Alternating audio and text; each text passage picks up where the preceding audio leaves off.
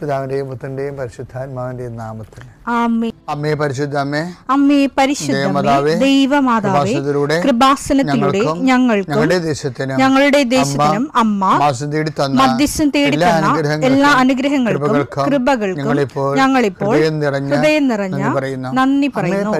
അമ്മേ പരിശുദ്ധമേ, ദൈവമാതാവേ, 2004 ഡിസംബർ 7 ഉച്ചകഴിഞ്ഞ് 2:30 കൃപാസനത്തിൽ സംഭവിച്ച അമ്മയുടെ പ്രത്യക്ഷപ്പെടലിനെ കുറിച്ച് തിരുസഭയ്ക്ക് സമർപ്പിച്ചിരിക്കുന്ന പഠനരേഖകളുടെ മേൽ സഭാത്മകമായ പഠനം ആരംഭിക്കുവാൻ ഞങ്ങൾ പ്രാർത്ഥിക്കുന്നു.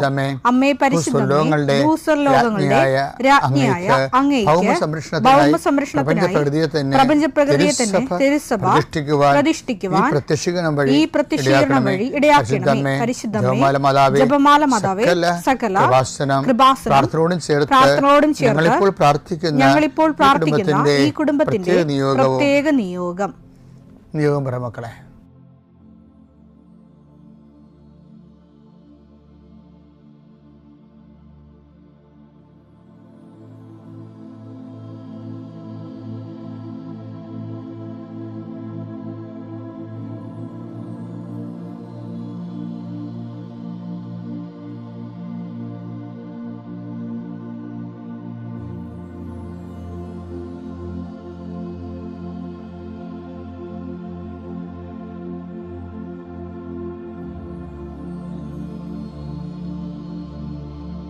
അമ്മയുടെ പ്രത്യക്ഷീകരണത്തിന്റെ ഈ അനുഗ്രഹവേളയിൽ ഞങ്ങൾക്ക് സാധിച്ചു തരുവാൻ കനിയണമേ.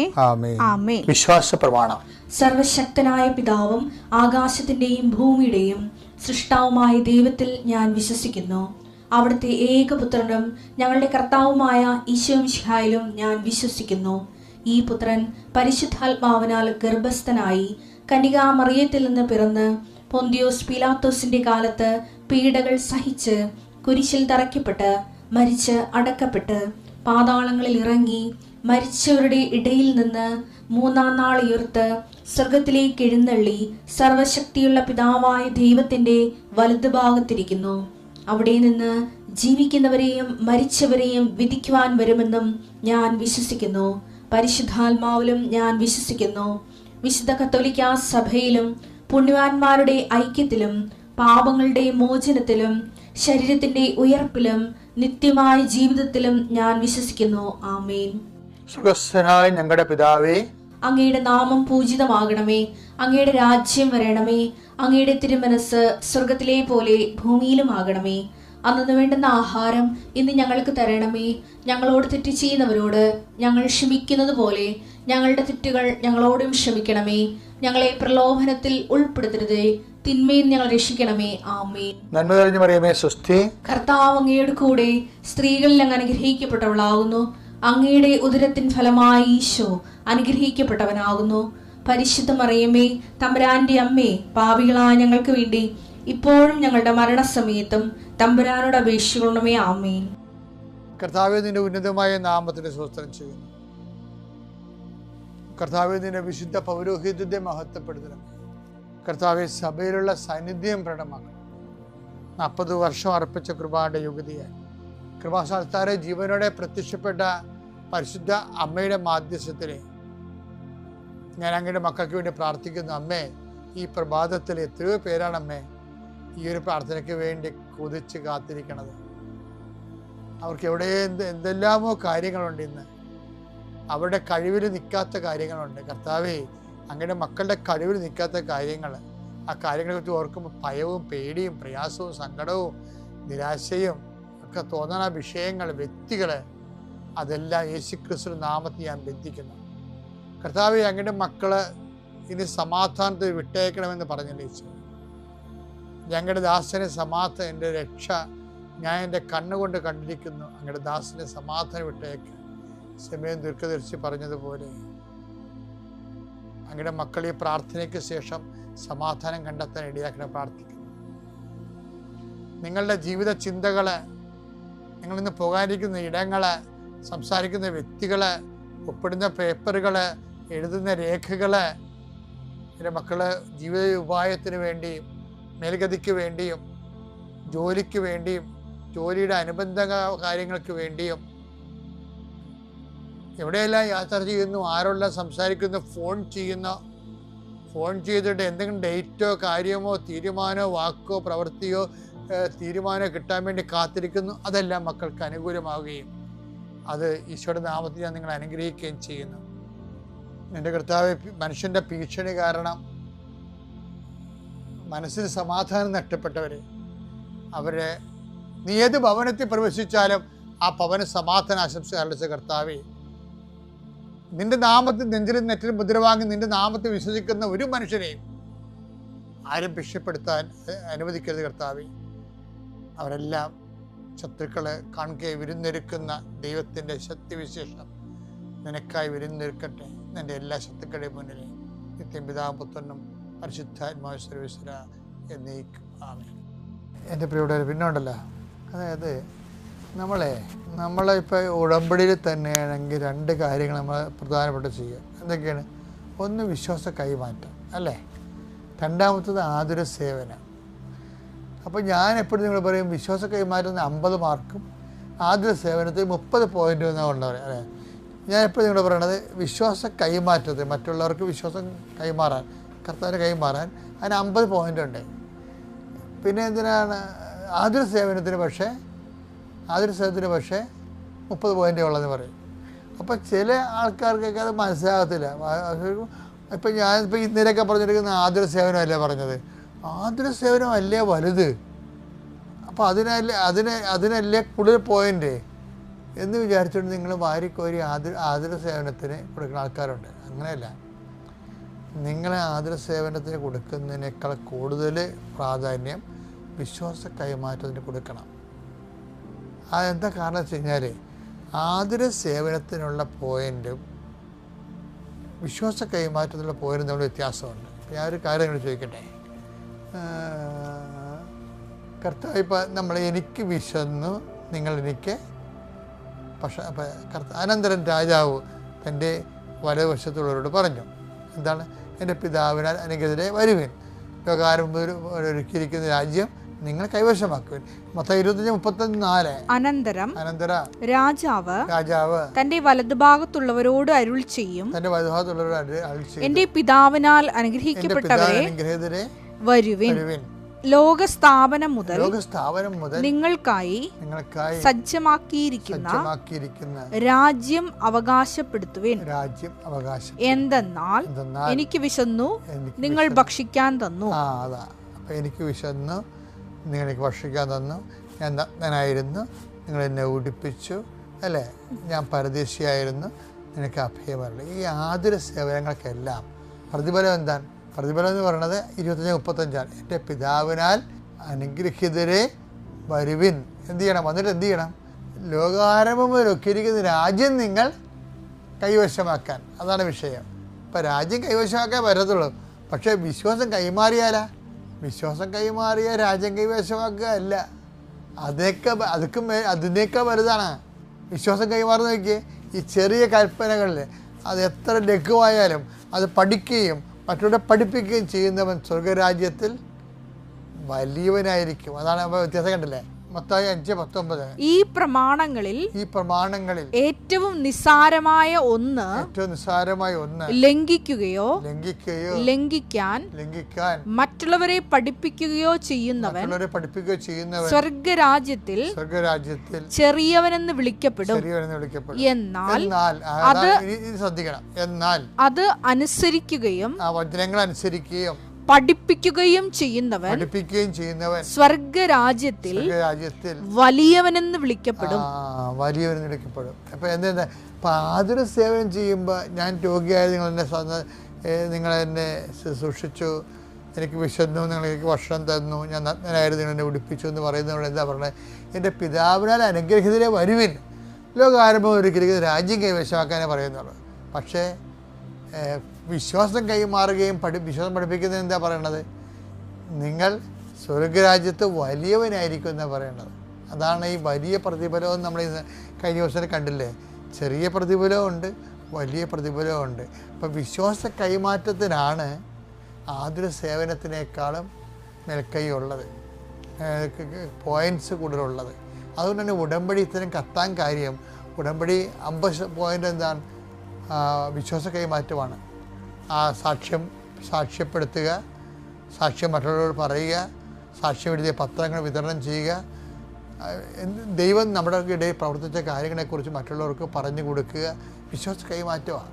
അപ്പോൾ വിശ്വാസ കൈമാറ്റം വന്നാൽ ഇഹത്തിലും പരത്തിലും നമുക്ക് ഭയങ്കരമായ കൃപയാണ് അവർ. അത് അറിഞ്ഞു വേണം നമ്മൾ ഇതിൻ്റെ അകത്ത് ഇൻവെസ്റ്റ് ചെയ്യാൻ.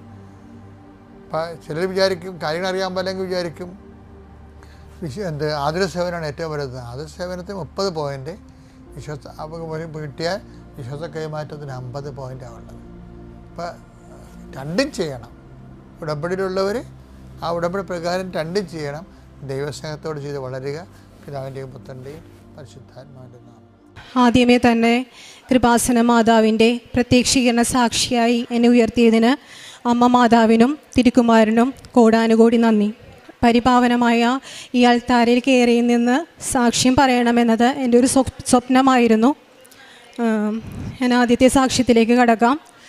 ഞാൻ 2008 B.Ed പാസ്സായ ഒരാളാണ്. അതിനുശേഷം 18 വർഷത്തോളമായി ഞാൻ പല സ്കൂളുകളിൽ വർക്ക് ചെയ്യുന്നു. ഡെയിലി വേജസ് ആയിട്ടാണ് ഞാൻ വർക്ക് ചെയ്തുകൊണ്ടിരുന്നത്. എനിക്ക് സ്ഥിര ജോലിക്കായിട്ടുള്ള ചാൻസ് പലതവണ വന്നതാണ്. പല പ്രാവശ്യം വന്നിട്ടും അതെല്ലാം വളരെ വർഷങ്ങൾക്ക് മുമ്പ് തന്നെ സ്ഥിര ജോലിക്ക് വേണ്ടിയിട്ടുള്ള ചാൻസ് എൻ്റെ കയ്യിൽ തന്നിട്ട് പറഞ്ഞു, ഈ പ്രാവശ്യം വെക്കുകയാണ്, അടുത്ത പ്രാവശ്യമാണ് പെർമനൻ്റ് അപ്പോയിൻമെൻ്റ് ആവുന്നത്. അപ്പോൾ അതിനെപ്പറ്റിയൊന്നും ടീച്ചിങ് പോസ്റ്റിനെ സംബന്ധിച്ചറിയാം, പല കാര്യങ്ങൾ അതിലുണ്ട്. ഒരു അപ്പോയിൻമെൻറ്റ് ശരിയാവണമെങ്കിൽ പല കാര്യങ്ങൾ നടന്നു കിട്ടിയാൽ മാത്രമേ അപ്പോയിൻമെൻറ്റ് പാസ്സാവുകയുള്ളൂ. അപ്പോൾ അങ്ങനെ ഒരു ഉറപ്പില്ലാതിരുന്നത് കൊണ്ട് ഞാൻ ആ ഒരു ചാൻസ് നിരസിക്കുകയുണ്ടായി. അതിനുശേഷം പിന്നെ ഞാൻ വർക്ക് ചെയ്തിരുന്നപ്പോൾ എനിക്ക് മനസ്സിലായി ആ ഒരു പോസ്റ്റിൽ വെച്ചിരുന്ന ആളെ സ്ഥിരപ്പെടുത്തിയെന്നും. വീണ്ടും ഞാൻ പല സ്കൂളുകളിൽ വർക്ക് ചെയ്തു. ഒരു UP സ്കൂൾ മുതൽ MSc ലെവൽ വരെ ഞാൻ പഠിപ്പിച്ചിട്ടുണ്ട്.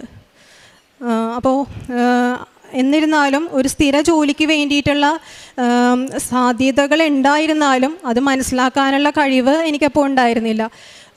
ഒരു കോൺവെൻറ്റ് സ്കൂളിൽ ഞാൻ 4 വർഷത്തോളം ഡെയിലി വേജസ് ആയിട്ട് വർക്ക് ചെയ്തിട്ടുണ്ടിരുന്നു. അതിനുശേഷം പിന്നെയാണ് പെർമനൻ്റായിട്ട് അപ്പോയിൻറ്റ് ചെയ്യുന്നത്. അങ്ങനെ അവിടെ എന്നെ പെർമനൻ്റായിട്ട് അപ്പോയിൻറ്റ് ചെയ്യാൻ പോകുന്നു എന്ന് ഒരു ദിവസം എന്നെ ഇങ്ങനെ വിളിച്ച് പറഞ്ഞു. അതിനുശേഷം 2-3 ദിവസം കഴിഞ്ഞ് എന്നോട് പറഞ്ഞു അത് ആ പോസ്റ്റ് സാങ്ഷൻ ആവാനുള്ള ഇതില്ല. അപ്പോൾ ഞാൻ വളരെയധികം ജോലിയെ സംബന്ധിച്ച് വളരെയധികം വിഷമിച്ചിട്ടുണ്ട്. എവിടെ പോയാലും ജോലി കിട്ടാനുള്ള ഒരു സാധ്യതയുമില്ല. കിട്ടിയാൽ തന്നെ കയ്യിൽ വന്നിട്ട് പോകുന്ന സ്ഥിതിയാണ്. അങ്ങനെയൊരു അവസ്ഥയാണ് എനിക്കുണ്ടായിരുന്നത്. പിന്നെ അതിനുശേഷം വീണ്ടും അതിനുശേഷം അങ്ങനെ കിട്ടാനുള്ള സാധ്യത ഇല്ലാത്തത് കാരണം വേറൊരു സ്കൂളിൽ വിളിച്ചപ്പോൾ ഞാൻ അവിടെ നിന്ന് എനിക്ക് പോരേണ്ടി വന്നു.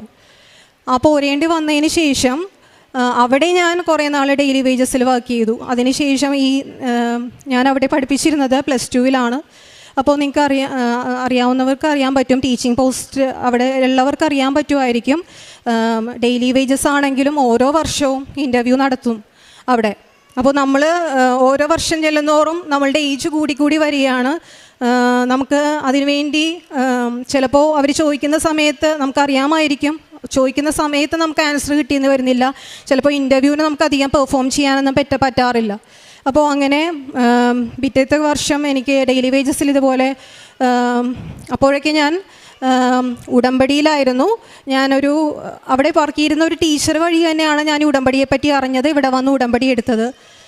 അപ്പോൾ അതിനുശേഷം വരുന്ന ഇൻ്റർവ്യൂവിൽ, അതായത് പിന്നത്തെ കൊല്ലം ഡെയിലി വേജസിന് വെക്കാനുള്ള ഇൻ്റർവ്യൂവിൽ വന്നപ്പോൾ എനിക്ക് ആകെ 2 പോസ്റ്റാണ് ഉണ്ടായിരുന്നത്. എനിക്ക് 3ാമത്തെ പൊസിഷനാണ് കിട്ടിയത്. അപ്പോൾ എങ്ങനെയായാലും എനിക്ക് കിട്ടാനുള്ള ഒരു സാധ്യതയുമില്ല. പക്ഷേ ഞാൻ ഉടമ്പടിയിലായിരുന്നു. അപ്പോൾ അതുമാത്രമായിരുന്നു എൻ്റെ ഒരു ധൈര്യം.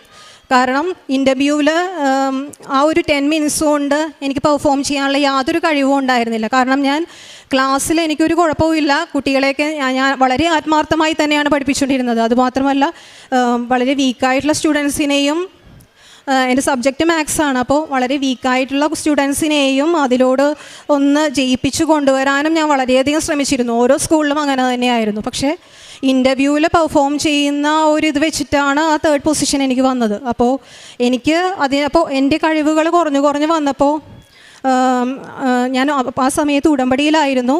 അപ്പോൾ ശരിക്കും പറഞ്ഞാൽ ഫസ്റ്റ് പൊസിഷനിലുണ്ടായിരുന്നത് ഒരു റാങ്ക് കിട്ടിയ കുട്ടിയായിരുന്നു. അപ്പോൾ സ്വാഭാവികമായിട്ടും ആ കുട്ടിക്ക് തന്നെ ഫസ്റ്റും സെക്കൻഡും പൊസിഷൻസ് കിട്ടും. 2 സ്കൂളുകളിൽ അപ്പോയിൻറ്റ് ചെയ്യുകയും ചെയ്യും. അപ്പോൾ എനിക്ക് ശരിക്കും പറഞ്ഞാൽ അവിടെ ഒരു ഹോപ്പുമില്ല. പക്ഷേ ഞാൻ വീട്ടിൽ പറഞ്ഞു, ഞാൻ എങ്ങനെ കൃപാസനം ഉടമ്പടിയിലാണ്, എനിക്ക് എങ്ങനെയായാലും കിട്ടും. എങ്ങനെയാണ് കിട്ടുന്നതെന്നൊന്നും അറിയില്ല, എനിക്ക് യോഗ്യതയുമില്ല.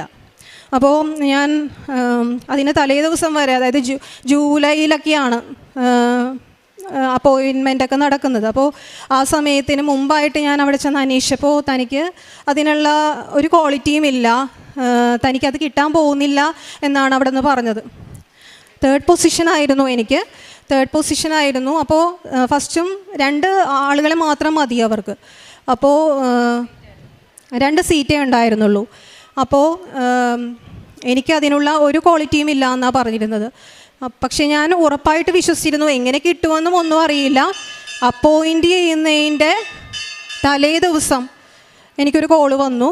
അതായത് ഫസ്റ്റ് കിട്ടിയ കുട്ടി പ്രഗ്നൻ്റ് ആയിട്ടിരിക്കുകയാണ്. അപ്പോൾ ആ കുട്ടി റെസ്റ്റ് പറഞ്ഞിരിക്കുന്നു. അപ്പോൾ അത് എങ്ങനെയാണെങ്കിലും അത് വരുന്നില്ല എന്നും പറഞ്ഞ് എഴുതി കൊടുത്തു. അപ്പോൾ ആ ഫസ്റ്റ് കിട്ടിയ പൊസിഷനിലേക്കാണ് പിന്നെ എന്നെ 3rd കിട്ടിയ എന്നെ അപ്പോയിൻ്റ് ചെയ്തത്. അപ്പോൾ അതിലാണ് ഞാൻ കൂടുതൽ മാതാവിൽ വിശ്വസിച്ചത്. അതോടുകൂടിയാണ് എനിക്ക് മാതാവിലുള്ള വിശ്വാസം വളരെയധികം ശക്തിപ്പെട്ടത്. പിന്നെയും എന്താ പറയണ, പിന്നത്തെ കൊല്ലം ഇതുപോലെ ഇൻ്റർവ്യൂ, കുറേ 18 വർഷത്തെ കഥ പറയാനുണ്ട് എനിക്ക്. അപ്പോൾ അത്രയും പറഞ്ഞു കഴിഞ്ഞാൽ അത് തീരില്ല, അത്രയും അധികമുണ്ട്. പിന്നത്തെ വർഷം എനിക്ക് ഡെയിലി വേജസിൽ എനിക്ക് അവിടെ സെലക്ഷൻ കിട്ടിയില്ല. അപ്പോൾ ഞാനൊരു ഗവൺമെൻറ് സ്കൂളിൽ പോയി. അപ്പോഴും ഞാൻ ഉടമ്പടിയിലായിരുന്നു.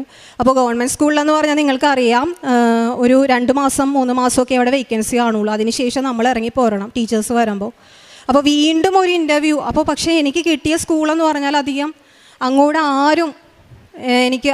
ആരും അപ്പോയിൻമെൻറ്റ് റെഡിയായിട്ട് PSC വഴി സെലക്ഷൻ കിട്ടി അങ്ങോട്ടേക്ക് വന്നില്ല. ആ ഒരു കൊല്ലം എനിക്ക് ആ സ്കൂളിൽ കംപ്ലീറ്റ് ആയിട്ട് വർക്ക് ചെയ്യാൻ പറ്റി. ജൂൺ മുതൽ ലാസ്റ്റ് വരെ എനിക്ക് വർക്ക് ചെയ്യാൻ പറ്റി. അതിനുശേഷം വീണ്ടും ഞാൻ ഇതുപോലെ ശ്രമിച്ചുകൊണ്ടിരുന്നു. ഞാൻ നേരത്തെ വർക്ക് ചെയ്തിരുന്ന ഡെയിലി വേജസിന് വർക്ക് ചെയ്തിരുന്ന സ്കൂളിലാണെങ്കിലും പെർമനൻറ്റ് പോസ്റ്റിലേക്കുള്ള ഇൻ്റർവ്യൂ ഒക്കെ വരുമ്പോൾ ഞാൻ അതിനുവേണ്ടി ടെസ്റ്റ് ഉണ്ടാവും, ഇൻ്റർവ്യൂ ഉണ്ടാവും. വളരെ കടമ്പയായിരുന്നു. എല്ലാ വർഷവും മാർച്ച്, ഏപ്രിൽ, മെയ് എന്ന് പറയുന്നത് ഞങ്ങളെ ഗസ്റ്റുകാരെ സംബന്ധിച്ചിടത്തോളം വളരെ ഭീകരമായ അന്തരീക്ഷമാണ്. കാരണം ഏത് നേരവും ടെസ്റ്റ്, ഇൻ്റർവ്യൂ, അതിൽ വളരെയധികം നന്നായിട്ട് പെർഫോം ചെയ്താൽ മാത്രമേ കിട്ടുള്ളൂ. അത് വളരെയധികം ബുദ്ധിമുട്ടുണ്ടാക്കുന്ന കാര്യമാണ്. നമ്മളുടെ ഏജ് കൂടി വരുന്നതനുസരിച്ച് നമ്മളുടെ ഉത്തരവാദിത്തങ്ങളും എല്ലാം നമുക്ക് പെട്ടെന്ന് റെസ്പോണ്ട് ചെയ്യാനുള്ള രീതിയും അതെല്ലാം നമുക്ക് കുറഞ്ഞു വരും. അപ്പോൾ അങ്ങനെ വീണ്ടും ഞാൻ ഒരു ഗവൺമെൻറ് സ്കൂളിൽ കയറി 2 മാസം വർക്ക് ചെയ്തു. വീണ്ടും അവിടെ നിന്ന് എനിക്ക് പോരേണ്ടി വന്നു. അതായത് ആ ടീച്ചർ വന്നപ്പോൾ എനിക്ക് പോരേണ്ടി വന്നു. വീണ്ടും അവിടെ തന്നെ വിളിച്ചു. അങ്ങനെ ഒരു 3 മാസത്തോളം വർക്ക് ചെയ്തു. അങ്ങനെ കഴിഞ്ഞ കൊല്ലം ഞാൻ വെറും ഒരു 5 മാസത്തോളം മാത്രമാണ് വർക്ക് ചെയ്തത്. അപ്പോൾ എനിക്ക് മനസ്സിലായി, എൻ്റെ മെറിറ്റ് മുഴുവൻ പോയി, ഇനി ഒന്നുമില്ല. ഇനി കിട്ടുന്നുണ്ടെങ്കിൽ എനിക്ക് കിട്ടണമെന്നുണ്ടെങ്കിൽ മാതാവ് അനുഗ്രഹിച്ചാൽ മാത്രമേ കിട്ടുകയുള്ളൂ എന്ന് ഞാൻ പൂർണ്ണമായി വിശ്വസിച്ചു. പിന്നെ ഞാൻ വളരെ ശക്തിയായിട്ട് പ്രാർത്ഥിക്കാൻ തുടങ്ങി. പിന്നെ ഞാൻ സത്യം പറഞ്ഞാൽ എനിക്ക് ഇൻ്റർവ്യൂ തന്നെ ഒരു വെറുപ്പായി തുടങ്ങി. ചില സ്ഥലത്ത് ഇൻ്റർവ്യൂ വിളിച്ചെങ്കിലും എനിക്കവിടെ പോകാൻ തന്നെ ഒരു ബുദ്ധിമുട്ടായി. എൻ്റെ കോൺഫിഡൻസ് വളരെയധികം കുറഞ്ഞു. പിന്നെ ഞാൻ വളരെയധികം ശക്തമായിട്ട് പ്രാർത്ഥിക്കാൻ തുടങ്ങി, മാതാവിനോട് വളരെയധികമായിട്ട് പ്രാർത്ഥിക്കാൻ തുടങ്ങി. അങ്ങനെ പ്രാർത്ഥിച്ചതിൻ്റെ ഫലമായിട്ടായിരിക്കണം, അത് തന്നെയാണെന്ന് ഞാൻ പൂർണ്ണമായി വിശ്വസിക്കുന്നു. കാരണം എൻ്റെ ഒരു ചേച്ചി വഴിയിട്ട് ഞാൻ നേരത്തെ ഒരു സ്കൂളിൽ നിന്ന് പെർമനൻറ്റ് കിട്ടാൻ സാധ്യതയില്ലെന്നും പറഞ്ഞ് പോകുന്ന ഒരു സ്കൂളിലേക്ക് എന്നെ വീണ്ടും ഡെയിലി വേജസിനെയൊക്കെ വിളിച്ചു.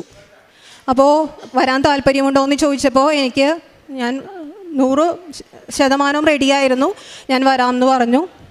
അങ്ങനെ ഞാൻ പോയി. അതിനുശേഷം ഈ മെയ് മാസത്തിലും ഞാൻ മാതാവിനോട് വളരെയധികം, മാതാവിൻ്റെ മാസമാണ്, എനിക്ക് അപ്പോയിൻമെൻറ്റ് റെഡി ആവണമെങ്കിൽ ജൂണിൽ തന്നെ എനിക്ക് കയറാൻ പറ്റുള്ളൂ. അപ്പോൾ മാതാവ് വിചാരിച്ചാൽ മാത്രമേ, മാതാവ് അനുഗ്രഹിക്കുമെങ്കിൽ മാത്രമേ എനിക്ക് ഒരു ജോലിയിലേക്ക്, ഒരു ഗവൺമെൻറ് ജോലിയിലേക്ക് എനിക്ക് കയറാൻ പറ്റുള്ളൂ എന്ന് ഞാൻ പൂർണ്ണമായി വിശ്വസിച്ചു. നന്നായി പ്രാർത്ഥിച്ചു. ഞാനൊരു ഡേറ്റ് ഇട്ട് പ്രാർത്ഥിച്ചായിരുന്നു. മെയ് 22 ഉള്ളിൽ എനിക്ക് മാതാവ് ഒരു റിപ്ലൈ തരണം. അപ്പോൾ അതിനു മുമ്പും എനിക്ക് നമ്മൾ എത്ര വളരെയധികം ആത്മാർത്ഥമായി, നമുക്ക് ആരുമില്ല, നമ്മളുടെ കൂട്ടിന് ദൈവം മാത്രമേ ഉള്ളൂ, നമ്മളുടെ ഒരു എല്ലാ കാര്യത്തിലും എൻ്റെ കുടുംബാംഗങ്ങളാണ് എനിക്ക് സപ്പോർട്ടായിട്ടുണ്ടായിരുന്നത്. ഒരു പരിധി കഴിയുമ്പോൾ അവരും കൂടി ഇല്ലാതെ ഉള്ള അവസ്ഥ നമുക്ക് വരും. അത് എല്ലാവരുടെയും ജീവിതത്തിൽ ഉണ്ടാവുമെന്നാണ് ഞാൻ പൂർണ്ണമായി വിശ്വസിക്കുന്നത്.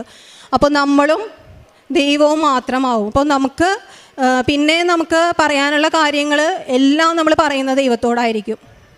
കാരണം നമുക്കായിട്ടുള്ളൊരു കഴിവില്ല, ദൈവം വിചാരിച്ചാൽ മാത്രമേ നമുക്കത് സംഭവിക്കുകയുള്ളൂ. അപ്പോൾ അങ്ങനെയുള്ള ഒരു സന്ദർഭത്തിലായിരുന്നു ഞാൻ ആ സമയത്ത്. ഞാൻ എൻ്റെ കാര്യങ്ങൾ മുഴുവൻ വീട്ടിലും പറയുമായിരുന്നു.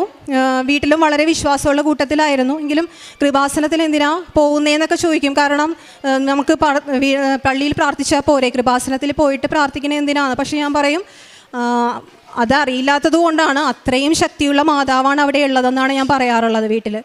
അപ്പോൾ ഇങ്ങനെ ഞാൻ മെയ്യിൽ വളരെയധികം ഇതായിട്ട് പ്രാർത്ഥിച്ചുകൊണ്ടിരുന്നു. അപ്പോൾ മെയ് 22-ാം തീയതിക്കുള്ളിലെങ്കിലും എനിക്കൊരു റിപ്ലൈ കിട്ടണമെന്ന് ഞാൻ വളരെ ശക്തമായി പ്രാർത്ഥിച്ചു. അപ്പോൾ 21-ാം തീയതി വരെ യാതൊരു അനക്കവുമില്ല. ഒരിടത്തൊന്നും ഒരു കോളും വരുന്നില്ല, ഡെയിലി വേജസിന് പോലും. അപ്പം ഞാൻ മാതാവിനോട് പറഞ്ഞു, മാതാവേ, പെർമനൻറ്റ് പോയിട്ട് ഒരു ഡെയിലി വേജസ് പോലും എന്നെ വിളിക്കണില്ലല്ലോ, ഇനിയിപ്പോൾ എന്താണെന്ന് വെച്ചാൽ നിൻ്റെ ഹിതം പോലെ നടക്കട്ടെ എന്ന് മാത്രമേ ഞാൻ പിന്നെ പറഞ്ഞുള്ളൂ. അപ്പോൾ അങ്ങനെ 22-ാം തീയതി രാവിലെ എനിക്കൊരു കോൾ വന്നു. 22-ാം തീയതി രാവിലെ ആയപ്പോൾ വിളിച്ചിട്ട് പറഞ്ഞു, ഹെലീനക്ക് എവിടെയെങ്കിലും ആയോ, പെർമനൻറ്റ് ഒരു ജോബുണ്ട്, അതിന് താല്പര്യമുണ്ടോ എന്ന് പറഞ്ഞു. അപ്പോൾ എന്താണ് എനിക്ക് ചെയ്യേണ്ടത്? എന്നോട് ഡെയിലി വേജസിന് വിളിച്ചതാണെന്നാണ് ഞാൻ വിചാരിച്ചത്. പക്ഷേ പെർമനൻറ്റ് ജോബ് ഉണ്ടോ എന്ന് പറഞ്ഞ സത്യത്തിൽ എനിക്കൊന്നും പറയാൻ പറ്റിയില്ല. എന്നിട്ട് 22-ാം തീയതി വിളിച്ച് പറഞ്ഞു, 25-ാം തീയതി ചെന്നു. അതിനുശേഷം നാളെ ജൂൺ 1 ഞാനവിടെ ജോയിൻ ചെയ്യുകയാണ്. കുറച്ച് ദൂരമാണ്, എൻ്റെ വീട് കൊച്ചിയിലാണ്, കുറച്ച് ദൂരമുണ്ട്. എങ്കിലും മാതാവ് തന്ന സമ്മാനമായിട്ട് പൂർണ്ണമായി ഞാൻ വിശ്വസിക്കുന്നു. കാരണം എൻ്റെ മെറിറ്റ് നെഗറ്റീവിലേക്ക് പോയ സമയത്താണ് മാതാവ് എന്നെ കൈപിടിച്ച് ഉയർത്തി നിർത്തിയത്. ഇത്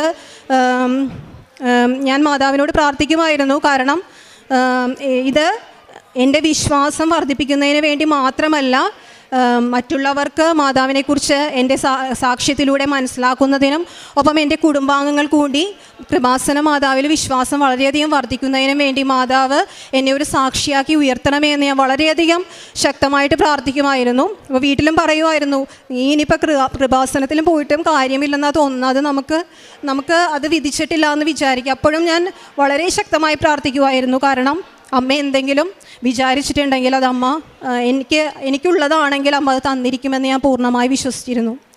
അപ്പോൾ അതാണ് എൻ്റെ ഏറ്റവും വലിയ സാക്ഷ്യം. 18 വർഷമായി ഞാൻ ഇതിനു വേണ്ടി ശ്രമിക്കുകയാണ്. ഒരു ജോലിക്ക് വേണ്ടി ശ്രമിക്കാത്ത ഒരാളല്ല. ജോലി ടീച്ചിങ് ജോലിയാണ്. അപ്പോൾ അതിനുവേണ്ടി ഞാൻ ഇത്രയും കാലം ശ്രമിച്ചിട്ടും എനിക്ക് പറ്റാതിരുന്നത് എൻ്റെ കഴിവൊന്നുമല്ല, മാതാവിൻ്റെ അനുഗ്രഹം ഒന്നുകൊണ്ട് മാത്രമാണ് എനിക്കത് കിട്ടിയത്. 18 വർഷമായി. പിന്നെ ഇത് മാത്രമല്ല എനിക്ക് അനുഗ്രഹമായിട്ട് കിട്ടിയത്, ഇതാണ് ഏറ്റവും പ്രധാനപ്പെട്ട അനുഗ്രഹം സാക്ഷ്യമായിട്ട് ഞാൻ പറയുന്നത്. ഇത് കൂടാതെ തന്നെ മാതാവിൻ്റെ പ്രസൻസ് വളരെ നമ്മൾ വിഷമിച്ച് മാതാവിനോട് പ്രാർത്ഥിക്കുന്ന സമയത്ത് എനിക്ക് സുഗന്ധാഭിഷേകം ലഭിച്ചിട്ടുണ്ട്. പിന്നെ കാശിരൂപം മുറുകെ പിടിച്ചിട്ടാണ് ഞാൻ എല്ലാ ടെസ്റ്റും ഇൻ്റർവ്യൂവും ഒക്കെ പോയിരുന്നത്. ഉപ്പ് ഓരോ സ്ഥലത്ത് വിതറിയും പ്രാർത്ഥിച്ചിരുന്നു. ഉടമ്പടി തൈലം ഉപയോഗിച്ചിരുന്നു. ഇതെല്ലാം ഉടമ്പടി നേർച്ച വസ്തുക്കൾ കൊണ്ടാണ് എല്ലാ പ്രധാനപ്പെട്ട കാര്യത്തിലും ഞാൻ പോയിക്കൊണ്ടിരുന്നത്. പിന്നെ കാരുണ്യ പ്രവൃത്തിയായിട്ട് ഞാൻ ചെയ്തിരുന്നത് വേറൊരു കാര്യമുള്ളത്, എനിക്ക് വളരെ പേടിയുള്ള കൂട്ടത്തിലാണ്. ലൈസൻസ് എന്ന് പറയുന്നത് ഞാൻ സ്വപ്നം പോലും കണ്ടിട്ടില്ല. പക്ഷേ എല്ലാവരും ഓടിക്കണ കാണുമ്പോൾ എനിക്ക് വളരെയധികം ഇഷ്ടമാണ്. അപ്പോൾ അതുവഴി ഞാൻ ഉടമ്പടിയിൽ നിയോഗം വെച്ചൊരു കാര്യമാണ് 2 വീലർ ലൈസൻസ്, 4 വീലർ ലൈസൻസും വേണമെന്നുള്ളത്. 2 വീലർ ലൈസൻസ് എനിക്ക് ഫസ്റ്റ് അറ്റംപ്റ്റിൽ തന്നെ കിട്ടി. ഇപ്പോൾ ഞാൻ വളരെ കൂളായിട്ട് ഒരു പേടിയും കൂടാതെ തന്നെ 2 വീലർ ഓടിക്കുന്നുണ്ട്. 4 വീലർ ലൈസൻസും അതുപോലെ തന്നെ കിട്ടി. 4 വീലറിൽ ആദ്യമൊക്കെ അതായത് എനിക്ക് മൂന്നാമത്തെ പ്രാവശ്യമാണ് ഈ 4 വീലർ ലൈസൻസ് കിട്ടിയതെങ്കിലും ആദ്യത്തെ പ്രാവശ്യമൊക്കെ വളരെയധികം, അതായത് വെഹിക്കിൾ ഇൻസ്പെക്ടറൊക്കെ അടുത്തിരിക്കുമ്പോൾ എനിക്ക് ഭയങ്കര പേടിയാണ്. അത് ഓടിച്ച് നമ്മളുടെ പേടി കാണുമ്പോൾ തന്നെ അവർക്കറിയാം. പക്ഷേ എനിക്ക് മൂന്നാമത്തെ പ്രാവശ്യം വന്ന സാറ് വളരെയധികം കാമായിട്ടിരുന്നു. അപ്പോൾ പിന്നെ എനിക്ക് വളരെയധികം ഭംഗിയായിട്ടത് ചെയ്യുവാനായിട്ട് സാധിച്ചു. അതോടുകൂടി അത് എനിക്ക് കിട്ടി. പിന്നെ ഹസ്ബൻഡിന് ജോലിയിൽ ഹസ്ബൻഡ് ഒരു HR സെക്ഷനിൽ വർക്ക് ചെയ്യുന്ന ആളാണ്, ഒരു പ്രൈവറ്റ് ഫേമിലാണ്. അപ്പോൾ ഹസ്ബൻഡിന് വളരെയധികം ജോലി സംബന്ധിച്ച് വളരെയധികം ടെൻഷനായിട്ടുള്ളൊരു സിറ്റുവേഷൻ വന്നു. കാരണം നമ്മളുടെ കേരളത്തിലെ വർക്കല്ല, പുറത്തെ വർക്കും കൂടി ധാരാളമായിട്ട് ചെയ്യേണ്ട വന്നു. ആളുകളെ HR ആയതുകൊണ്ട് ആളുകളെ സെലക്ട് ചെയ്യുന്നതും HR-ൻ്റെ ചുമതലയിൽ പെടും. അപ്പോൾ അങ്ങനെ വന്നപ്പോൾ ആളുകളെ കിട്ടാതെ വന്നു. അപ്പോൾ വർക്ക് പ്രഷർ വളരെയധികം കൂടി.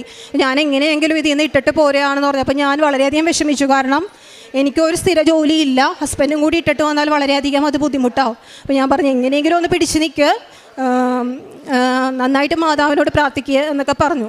അപ്പോൾ അതിന് ഞാൻ നന്നായിട്ട് പ്രാർത്ഥിച്ചതിൻ്റെ ഫലമായിട്ട് ഹസ്ബൻഡും പ്രാർത്ഥിക്കുമായിരുന്നു. എന്നാലും കൃപാസനത്തിൽ പോകേണ്ട ആവശ്യമില്ല എന്ന് കരുതുന്ന ഒരാളാണ്. എന്നാലും ഞാൻ പ്രാർത്ഥിച്ചു. അങ്ങനെ ഫലമായിട്ട് പിന്നെ വേറൊരു ജോലി കിട്ടി. അതിൻ്റെ സെലക്ഷനിൽ വന്നു, പെട്ടെന്ന് തന്നെ വന്നു കഴിഞ്ഞപ്പോൾ ഈ ജോലിയിൽ നിന്ന് വിട്ടിട്ട് പോകാനായിട്ട് ഇവിടുത്തെ മാനേജർ സമ്മതിക്കുന്നുണ്ടായിരുന്നില്ല. പറഞ്ഞു വേറെ അസിസ്റ്റൻസിനെ വെച്ച് തരാം, വർക്ക് പ്രഷർ കൂടുതലാണെങ്കിൽ വേറെ അസിസ്റ്റൻസിനെ വെച്ച് തരാം, ഒപ്പം തന്നെ സാലറിയിൽ ഹൈക്കും തരാം എന്ന് പറഞ്ഞിട്ട് സാലറിയിൽ വളരെയധികം ഹൈക്കും കൊടുത്തു. ഒപ്പം അസിസ്റ്റൻറ്റിന് വെക്കാനായിട്ടുള്ള ഒരു കാര്യവും അസിസ്റ്റൻസിനെയും കൂടി സെലക്ട് ചെയ്യാനായിട്ടുള്ള ഒരു ഇതും കൂടി പറഞ്ഞു. അപ്പോൾ അങ്ങനെ ഇപ്പോൾ അതിൽ തന്നെ തുടരുകയാണ്. അത് മാതാവിൻ്റെ അനുഗ്രഹം കൊണ്ടാണെന്ന് ഞാൻ പൂർണ്ണമായി വിശ്വസിക്കുന്നു. അതുപോലെ കാരുണ്യ പ്രവൃത്തിയായിട്ട് ഞാൻ ചെയ്തുകൊണ്ടിരുന്നത് പൊതിച്ചോറ്, ഞാൻ ഓരോ സന്നദ്ധ സംഘടനകളിലും പൊതിച്ചോറൊക്കെ ചോദിക്കുമ്പോൾ അവിടെ കൊടുക്കും. പിന്നെ മാത്രമല്ല നമ്മൾ ഓരോ വഴിയരികിലുള്ള ഓരോ ആളുകൾക്കും പൊതിച്ചോറ് കൊണ്ടുപോയി വിതരണം ചെയ്യാറുണ്ട്. പിന്നെ എന്തെങ്കിലും സഹായം അഭ്യർത്ഥിച്ചു വരുന്ന ആളുകളെ അവർക്ക് സഹായമായിട്ട് നൽകാറുണ്ട്. ഭവന നിർമ്മാണത്തിന് വേണ്ടി സഹായം കൊടുത്തിട്ടുണ്ട്.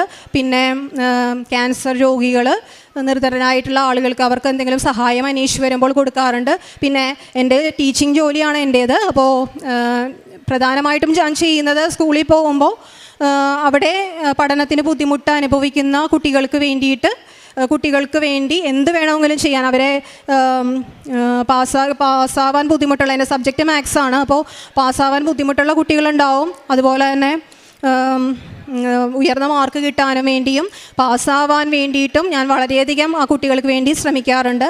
പത്രവിതരണം എന്നെ സംബന്ധിച്ച് ആദ്യം ഞാൻ ഭയങ്കര ചമ്മലായിരുന്നു എനിക്ക് പത്രമൊക്കെ കൊടുക്കാനായിട്ട്. പിന്നെ അതിനുശേഷം ഇവിടുത്തെ ഓരോ സാക്ഷ്യങ്ങളും അച്ഛൻ്റെ ടോക്കുമൊക്കെ കേട്ടപ്പോഴാണ് എനിക്ക് മനസ്സിലായത് നമ്മളുടെ സ്റ്റാറ്റസ് അല്ല പ്രധാനം. നമ്മളുടെ സ്റ്റാറ്റസ് ഏറ്റവും താഴ്ത്തി മാതാവിന് വേണ്ടി ഓരോ കാര്യങ്ങൾ ചെയ്യുമ്പോൾ മാതാവും തിരുക്കുമാരനും നമ്മളെ അത്രത്തോളം ഉയർത്തുമെന്ന് ഓരോ ടോക്കുകളിലൂടെയും ഓരോ സാക്ഷ്യങ്ങളിലൂടെയും ഞാൻ മനസ്സിലാക്കി.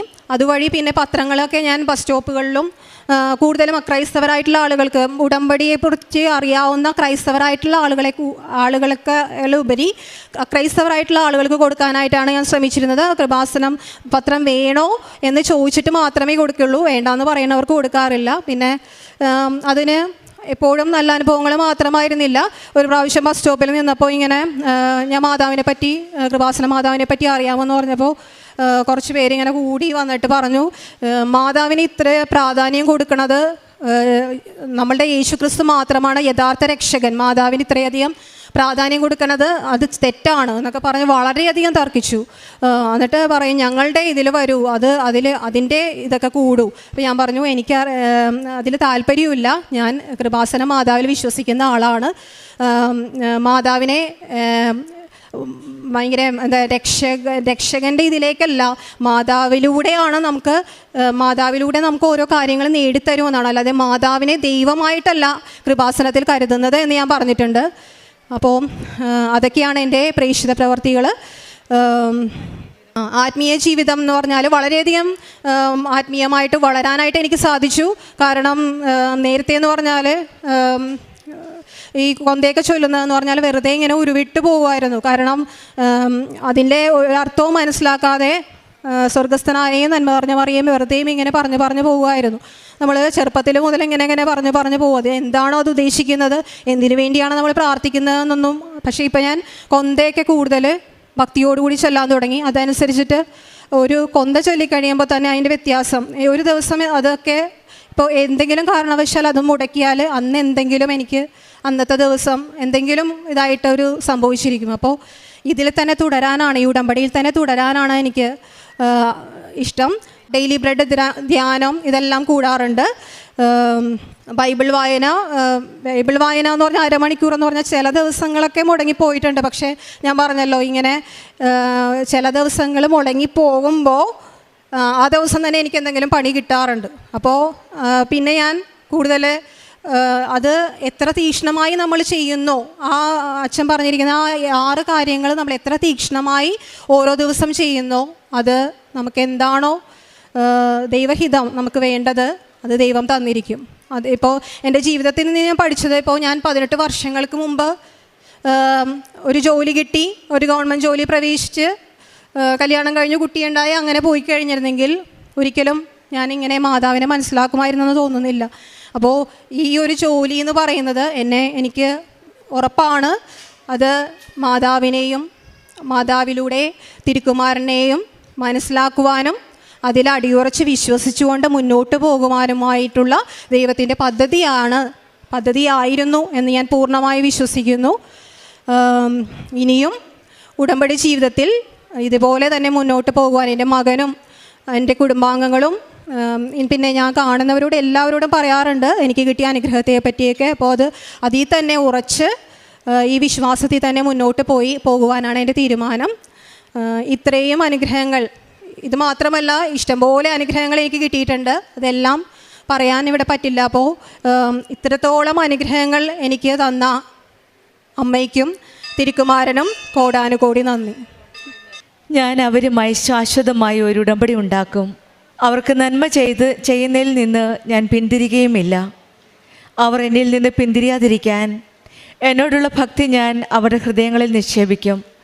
ജെറമ്യ പ്രവാചകൻ്റെ പുസ്തകം 32-ാം അധ്യായം 40-ാം വചനമാണ്. ഞാൻ അവരുമായി ശാശ്വതമായ ഒരു ഉടമ്പടി ഉണ്ടാക്കും. അവർക്ക് നന്മ ചെയ്യുന്നതിൽ നിന്ന് ഞാൻ പിന്തിരികയില്ല എന്നാണ്. ഹെലന എന്ന മകളുടെ സാക്ഷ്യത്തിൽ ഒരു ഉടമ്പടിയിലൂടെ ഉള്ളൊരു ജീവിതത്തിൻ്റെ ഒരു വലിയ സാക്ഷ്യമാണ് ഹെലന നമ്മളോട് ഷെയർ ചെയ്തത്. 18 വർഷത്തോളവും ഒരു സ്ഥിര ജോലിക്ക് വേണ്ടി പല സ്കൂളുകളിലും കയറിയിറങ്ങി, പല സ്ഥലത്തും ഡെയിലി വേജസ് ബേസിസിൽ ജോലി ചെയ്തു. പിന്നീടാണ് കൃപാസനത്തെപ്പറ്റി അറിയുകയും 2023 വന്ന് ഉടമ്പടി എടുക്കുകയും ചെയ്തു. ഉടമ്പടിയിൽ കൂടുതൽ തീഷ്ണതയോടെ ഉടമ്പടി നിബന്ധനകളനുസരിച്ച് പാലിച്ച് ഉടമ്പടി ജീവിതം മുന്നോട്ട് നീക്കുകയാണ്. അങ്ങനെയാണ് അടുത്ത ഇൻ്റർവ്യൂവിന് പോയപ്പോൾ 2 സീറ്റ് ഉണ്ടായിരുന്നു, 2 വേക്കൻസി ഉണ്ടായിരുന്നു. പക്ഷെങ്കിൽ ഹെലനയ്ക്ക് ഇൻ്റർവ്യൂവിന് കിട്ടിയത് 3ാമത്തെ പൊസിഷനാണ്. 1ഉം 2ഉം പൊസിഷൻ, 1ാമത്തെ പൊസിഷൻ ഒരു റാങ്ക് ഹോൾഡറിനായിരുന്നു. ഏതൊരു വിധത്തിലും ഹെലനയ്ക്ക് ആ ജോലി കിട്ടാനുള്ള വകയില്ല. പക്ഷെങ്കിൽ ഹെലന പ്രാർത്ഥിക്കുകയായിരുന്നു. അങ്ങനെയാണ് ഒരു കോള് വരികയും ഫസ്റ്റ് പൊസിഷനിൽ പാസ്സായ ആ ഇൻ്റർവ്യൂ സെലക്റ്റഡായ കുട്ടിക്ക് പ്രഗ്നൻ്റ് ആവുകയും ആ കുട്ടി ജോയിൻ ചെയ്യുന്നില്ല എന്ന് പറയുകയും ഹെലന അവിടെ ജോയിൻ ചെയ്യുകയുമാണ് ചെയ്തത്. പിന്നീടും കണ്ടിന്യൂ ചെയ്യുവാണ്. ടീച്ചേഴ്സ് ജോബ്, ടീച്ചേഴ്സ് പോസ്റ്റാണ്. ചില സമയത്തൊക്കെ ഹെലനയ്ക്ക് ഫീൽ ചെയ്തു ഓരോ സ്കൂളുകളിലും പെർമനൻ്റ് ജോബിന് വേണ്ടി നോക്കുമ്പോഴൊക്കെ ഈശോയും അമ്മയും എൻ്റെ കൂടെയുണ്ടോ. നാട്ടുകാരും വീട്ടുകാരും ഒക്കെ പലപ്പോഴും പറയുന്നുണ്ട്, പല സ്കൂളുകളിലും പല ഓഫീസുകളിലും കയറി ഇറങ്ങുന്നുണ്ട്, ഇത്രയും നാളായിട്ട് ഒരു പെർമനൻ്റ് ജോലി കിട്ടിയില്ല എന്ന്. വീണ്ടും ഹെലന കൂടുതൽ തീഷ്ണതയോടെ പ്രാർത്ഥിക്കുകയാണ്. എല്ലാവർക്കും ഒരു പരിധിയുണ്ട്.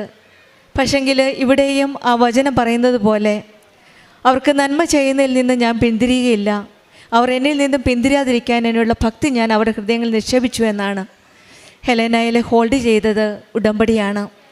ഭക്തിയോടും വിശ്വാസത്തോടും മുന്നോട്ട് പ്രാർത്ഥിക്കുകയാണ് ഒരു പെർമനൻ്റ് ജോബിന് വേണ്ടിയിട്ട്. പിന്നീടാണ് ലൈറ്റ് ആൻഡ് പ്രെയർ റിക്വസ്റ്റും ഉടമ്പടിയിൽ കൂടുതൽ തീഷ്ണതയോടെ പ്രാർത്ഥിക്കുകയും തുടങ്ങിയതിൻ്റെ ഫലമായിട്ട് വീണ്ടും ഒരു ജോലി കിട്ടുകയാണ്.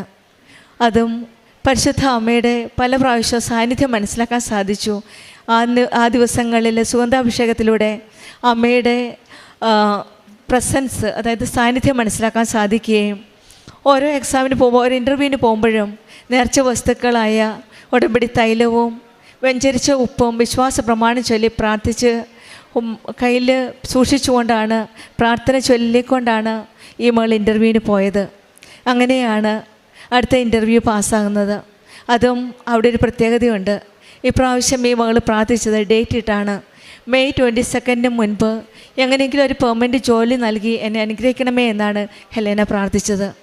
അങ്ങനെയാണ് മെയ് 22 രാവിലെ തന്നെ കോൾ വരികയാണ്. നമുക്കറിയാം, കൃപാസന അമ്മ സമയച്ചുരുക്കത്തിൻ്റെ അമ്മയാണ്. സമയഘടികാരം നെഞ്ചിൽ ചാർത്തിയാണ് 2004 ഡിസംബർ 7 2:30 അമ്മ ഇവിടെ വന്നത്. അതുകൊണ്ട് തന്നെയാണ് സമയത്തിന് മേലെ അധികാരമുള്ള ഒരു അമ്മയാണ് കൃപാസന അമ്മ. ഈ അമ്മയുടെയാണ് ഹെലേന. എല്ലാ വഴികളും അടഞ്ഞു കഴിഞ്ഞപ്പോൾ 22 വണക്കമാസ മാസമാണ്. അതുകൊണ്ട് 22 മുമ്പ് അമ്മ ഏതെങ്കിലും ഒരു സൈൻ നൽകി, അടയാളം നൽകി എനിക്ക് പെർമനൻറ്റ് ജോലി നൽകണമേ എന്നാണ് ഈ മകൾ പ്രാർത്ഥിച്ചത്.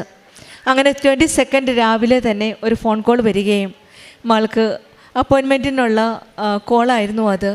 അങ്ങനെയാണ് 25 സ്കൂളിൽ പോവുകയും ജൂൺ 1 പുതിയ ജോലി, പെർമനൻറ്റ് ജോലിയിൽ ജോയിൻ ചെയ്യേണ്ട ഡേറ്റും കിട്ടി.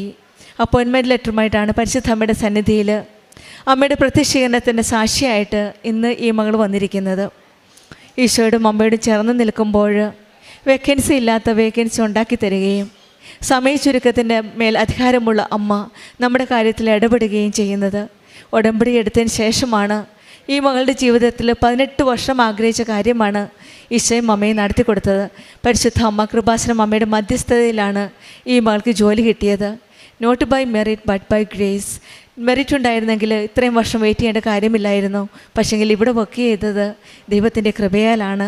പരിശുദ്ധ അമ്മയുടെ മധ്യസ്ഥ വഴിയാണ് ഈ മകൾക്ക് ഒരു നല്ല ജോലി കിട്ടി. അമ്മയ്ക്ക് നന്ദി പറയുന്നത്.